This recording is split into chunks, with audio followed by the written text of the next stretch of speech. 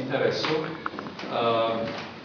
Ja sam puno čuo o toj Restelici od Hamze, već godinu dana pričamo od nesreće, od tragedije koja što je bila prošle godine.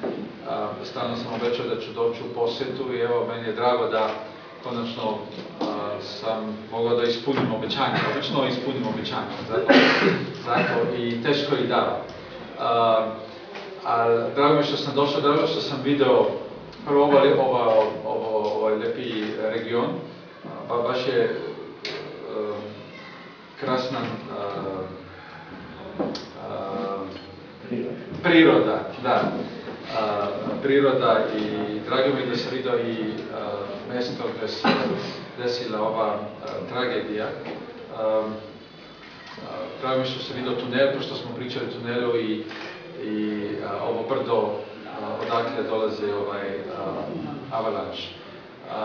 Tako da puno sam danas naučio i još ću naučiti. Današnji dan mi je kao posjeta gdje uglavnom slušam i u principu su svrhe mojih posjeta u gradovima i u opštinama je da slušam kakvi su problemi ljudi, kakve projekte Europska unija već je uradila u tim gradovima, što sam naučio danas da u Gori ništa još nismo uradili, i šta je ono što građani trebaju, koji su najveći problemi s kojima se građani, ljudi suočavaju. Tako da nama pomaže kad mi razmišljamo o svojim projektima za buduće, da ih onda više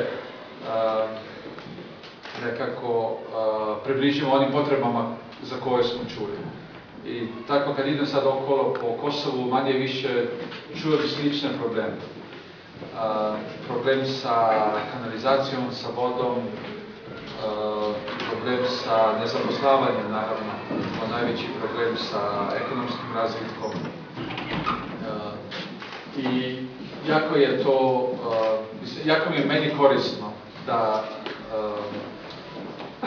znam što se dešava van Prištine. U Prištini uglavnom razgovaramo o europskom putu Kosova, o vladavini prava i o viznoj liberalizaciji, naravno isto. Ali zato da bi čovjek dobio neku pravu sliku Kosova i problema koje Kosovo ima, onda mislim da su ove posjete jako korisne. Tako da ja u početku ne bi više od toga rekao.